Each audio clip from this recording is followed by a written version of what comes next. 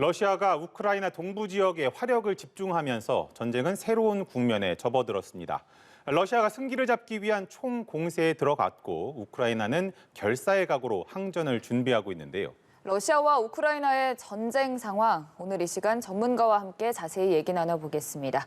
박노벽 한국외대 국제지역대학원 초빙 교수 나오셨습니다. 어서 오시죠. 네, 안녕하십니까. 안녕하세요. 일단 러시아가 우크라이나 동부 지역 돈바스에 지금 총공세를 가하고 네. 있습니다. 네. 이게 우크라이나 전체를 점령하기에는 조금 힘들다고 판단을 한 건지 아니면 다른 이유가 있는 건지 궁금하거든요. 네, 그렇습니다. 지난 한 50일 넘어 이렇게 러시아가 이제 공세를 폈는데 네. 동쪽, 북쪽, 남쪽으로 전체적으로 이제 공격을 하다가 결국은 실패한 거죠. 그래서 이제 북쪽 키예프 인근 부대를 전부 이제 동부로 이제 옮겼는데요. 그래서 아마 전환점을 삼으려고 하는 거로 보입니다. 그래서 이제 돈바스가 이제 왜 중요하냐면은 첫째로는 이게 푸틴 대통령이 2월 24일 날 이제 전쟁을 개시할 때 그 지역의 그 정치적인 그런 독립을 인정했지 않습니까? 네. 그러니까 그 지역의 행정구역을 완전히 다 점령하겠다. 그때 한 30%밖에 점령이 안 됐었던데요. 그리고 이제 그 지역이 이제 철광이라든가 석탄 이런 산지가 돼서 산업적으로 굉장히 중심지가 돼 있고요. 또 마지막으로 더 중요한 게 이제 푸틴 대통령이 우크라이나인과 러시아인은 같은 민족이나 같은 사람이다. 그런 정체성 문제를 얘기했어요. 근데 그 지역이 러시아어를 쓰는 우크라이나계 사람인데 합류하고 싶어하는 러시아 쪽으로. 네. 그래서 그런 정체성을 선전하는데 아주 제일 좋은 지역이다 이렇게 판단한 것 같습니다. 여러 가지 이유가 있어 보이는데 참 서방의 갖은 제재에도 러시아가 굴하지 않는 모습을 보이고 있습니다. 실제로 네. 푸틴 대통령이 서방의 제재는 실패했다 이렇게 말을 하기도 했거든요. 어떻게 네, 보시나요? 지난주 아마 푸틴 대통령이 무역 수지가 이제 한 580억 불 상당의 그런 그 1분기에 상당한 이제 성과를 올렸다. 이건 제재가 아무 소용이 없는 거다라고 했는데 그거는 네. 이제 단기적인 얘기고요.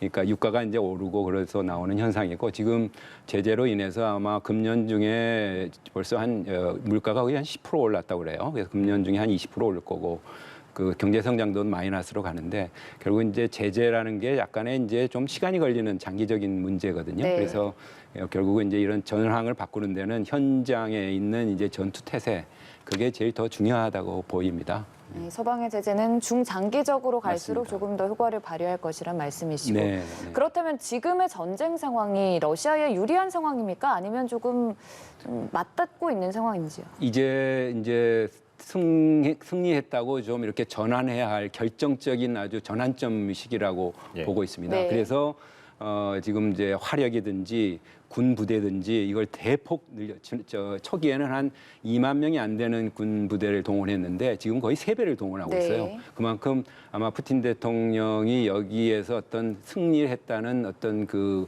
국내적인 평가를 받기 위해서 굉장한 지금 그 힘을 싣고 있는 걸로 보여집니다. 그래서 그런지 러시아가 20일에 또 마리우폴에 항복을 하라라고 또 네.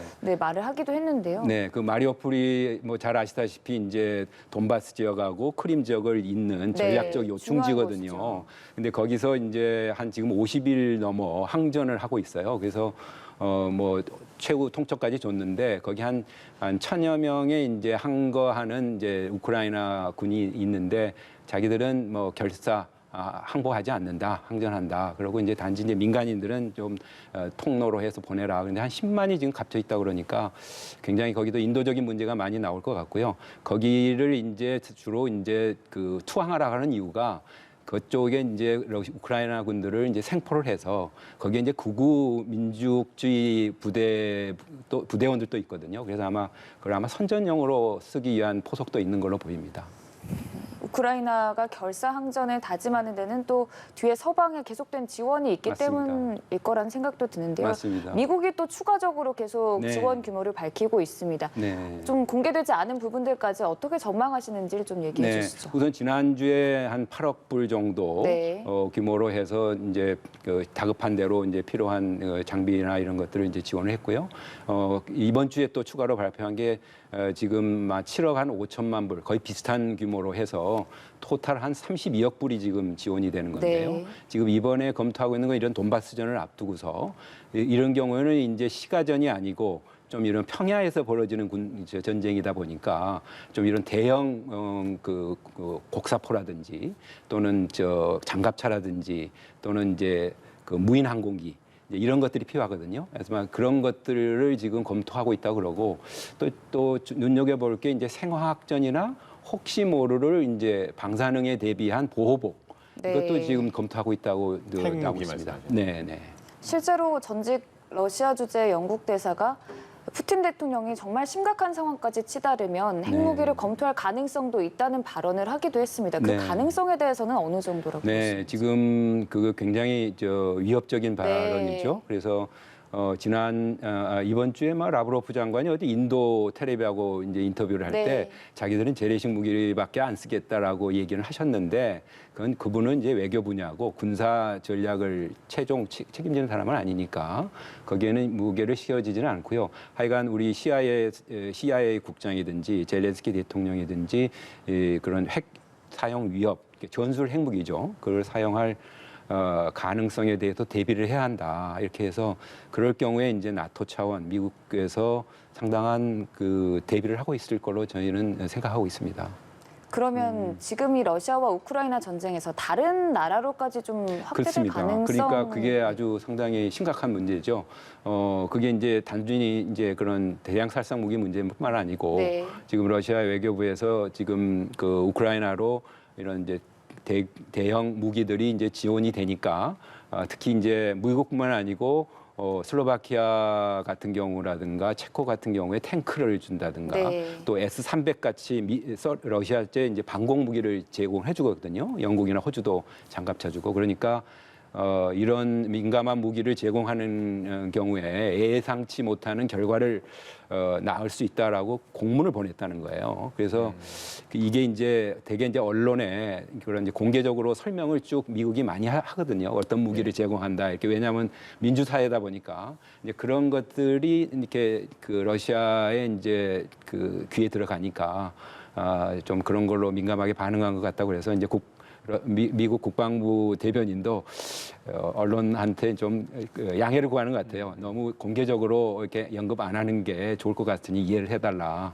그래서 이제 그런 이제 부분도 있고, 그래서 지금 앞으로 이제 한치 앞을 좀 보기가 어려운 그렇게 되면은 이제 보급로라든가 그 무기를 인도하기 위해서 보관하고 있는 창고에 그게 폴란드든지 뭐 루마니아든지 그런 국경지대가 되지 않겠습니까? 그런 것까지 염두에 둘 수 있다라고 생각을 하면 그걸 이제 나토의 이제 집단 방위 조약 5조에 해당될 수 있는 그런 행위가 될 수 있어서 그건 굉장히 이제 심각한 상황이 될 수가 있겠죠. 근데 당초 사실 러시아 입장에서는 우크라이나의 나토 가입을 방지하려는 게 또 이 전쟁을 일으킨 목적 중 하나였는데 오히려 지금 핀란드나 스웨덴 같은 국가들의 나토 가입 가능성이 커지고 있거든요. 네, 그건 아마 전략적인 그 결국 실수 내지는 실책이 결과적으로 나온 건데요. 그 지금 핀란드 경우는 이제 의회에서 지금 본격적으로 논의를 해서 6월이면은 아마 신청서를 낸다고 그래요. 그리고 스웨덴도 거기가 이제 본래 이제 3인당이 여당인데 지금 뭐 여론조사 해보니까 뭐 가입한다는 그 여론이 57%, 그다음에 반대가 21%해서 그건 뭐 가입할 수밖에 없는 지금 이런 이제 푸틴 대통령이 이런 우크라이나 사태를 일으킴으로써 여러 방면에서 이제 안보 위기를 느끼게 되는 이게 그냥 평화가 그냥 그 항상 주어진 게 아니고 뭔가 대비를 해야 하고 어떤 동맹체에 같이 있어야 안전하다는 인식이 굉장히 확산되고 있어서 유럽 전선이라든가 앞으로 그 전망이 굉장히 좀 뭐라 그럴까 대립적인 구도가 지금 굳어질 것 같고요. 지금 미국 내에서도 이런 이제 러시아를 고립시키는 그러니까 일종의 봉쇄 작전이죠. 봉쇄 전략에 기반한 이제 전략을 지금 굉장히 그 관련국하고 숙고를 하고 있다고 지금 알려지고 있습니다. 그러면 사실은 그 매일같이 그 외신을 통해서 우크라이나의 참상들이 보도가 되고 있고 그걸 보면서 전 세계인들이 굉장히 좀 참혹함을 느끼고 있는데 지금 말씀하신 걸 들어보면 쉽게 끝나지 않을 것 같은데 언제 전쟁의 끝이 좀 나겠습니까? 네, 그래서 그게 굉장히 이제 심각한 그 문제로 갈 수 있는 여러 가지 변수들이 많아서 여러 지금 서방 전문가들도 굉장히 조심하고 있습니다. 이게 5월 9일을 하나의 분기점이 될 수 있겠다라고들 네. 예상을 하고 있는데 왜냐하면 푸틴 자신이 그만해야겠다. 라고 이제 선언을 하든가 아니면 막 압박이 들어가고 설득이 들어가서 이제 뒤로 물러서야겠다는 이제 상황이 나올 때까지 갈 수밖에 없다는 거거든요. 이제 그런데 이제 그 지금 전황이라든가 이런 게 저 앞으로 3주 동안에 그 넓은 지역에서의 전투 이렇게 심각한 전투가 쉽게 끝날 것 같지 않다는 거예요. 기상 조건이니 뭐 여러 가지 병참 문제니 또 러시아군의 사기 문제니 그런 거 플러스해서 과연 그래 끝나도 휴전이 되더라도 그게 굉장히 불안정한 휴전이 되기 때문에 네. 이 전쟁이 끝난 것 같지 않은 상태가 지속될 수 있다는 지금 평가나 전망들이 나오고 있어서 굉장히 무거운 정세 전망이 앞으로 계속될 것 같아서 저희들도 좀 이런 그 상황이 좀 빨리 해소가 돼서 이런 경제적인 문제라든가 이런 교류 문제라든가 이게 좀 됐으면 좋겠는데 이게 한번 시작한 전쟁의 정말 끝을 찾기가 네. 굉장히 어려운 것 같고 단지 이제 앞으로 5월 9일까지 일어날 수 있는 그런 이런 결정적인 전환기가 어떻게 될지를 좀 더 지켜봐야 할 상황일 것 같습니다. 전쟁이라는 게 항상 예측 불허의 상황이 많이 발생하거든요. 네. 네, 단순히 두 국가만의 대치뿐만 아니라 민간인들의 희생이 있기 때문에 맞습니다. 더 어려운 네. 상황인 것 같은데요. 네. 오늘 이 시간 박노벽 한국외대 국제지역대학원 초빙 교수와 함께했습니다. 고맙습니다. 네, 감사합니다.